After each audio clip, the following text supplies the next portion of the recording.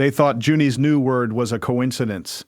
It was a diagnosis, 3 weeks early. Odalis Beaumont-Canu had spent 9 years as a speech-language pathologist, which meant she noticed things about her daughter's language development that most parents wouldn't think twice about.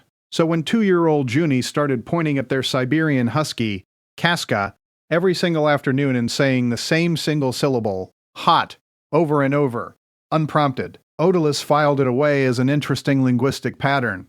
Toddlers fixated on words all the time. This was simply Junie's word of the month. She probably just likes how it sounds, Odalis told her sister on the phone. Kids latch onto phonemes that are easy to produce.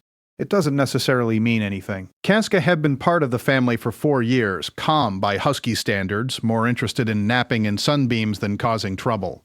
But that spring, she developed a habit that unsettled Odalis more than she wanted to admit. She wouldn't let Junie get within a few feet of her without immediately turning, sitting, and staring at Odalis directly. Not at Junie. At Odalis, with an intensity that felt less like a request for space and more like an attempt at communication, Odalis didn't have the framework to receive. She's probably just tired of being poked at, Odalis's husband Farron said. Watching Kaska do it again on the living room floor, Junie's small finger extended and pointing.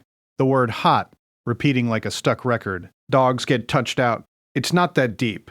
Odalis, professionally trained to catalog every unusual verbal and behavioral pattern in her own child, somehow didn't apply the same scrutiny to the dog. She'd spent her whole career being told that animal behavior and human language were separate systems, unconnected, not to be overinterpreted, so she didn't connect them. She logged Junie's new word in her development notebook and moved on.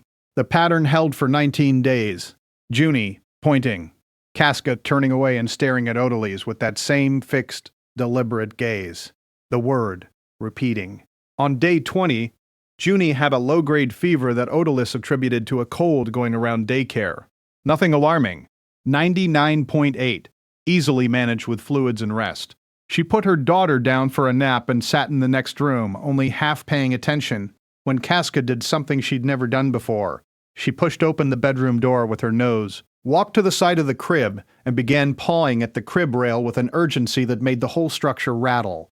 Odalis came in already annoyed, ready to redirect the dog, and found Junie's face flushed a deep, unfamiliar red, her small body radiating heat that had nothing to do with the 99.8-degree cold. The pediatric urgent care thermometer read 104.6. Febrile seizures can happen with rapid temperature spikes like this, the physician assistant told her, working quickly. Toddlers her age are especially vulnerable when the fever climbs fast rather than gradually. We got ahead of it. Another 20-30 minutes at this rate, and we could have been looking at a very different visit. They brought the fever down over the next several hours. It was 2 days later, going back through her own notebook out of habit, that Odalis finally let herself connect what she'd spent 3 weeks refusing to. Hot. Not a random phoneme.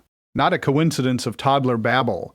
Junie had been telling her every single day, in the only word she had, what she could feel building in the dog beside her, a low simmering warmth that Kaska could apparently detect on her skin days before any thermometer would register a true fever. The staring aimed directly at Odalis, not touch aversion, but an attempt, over and over, to make the one adult in the room look at what the dog and the toddler had both already noticed.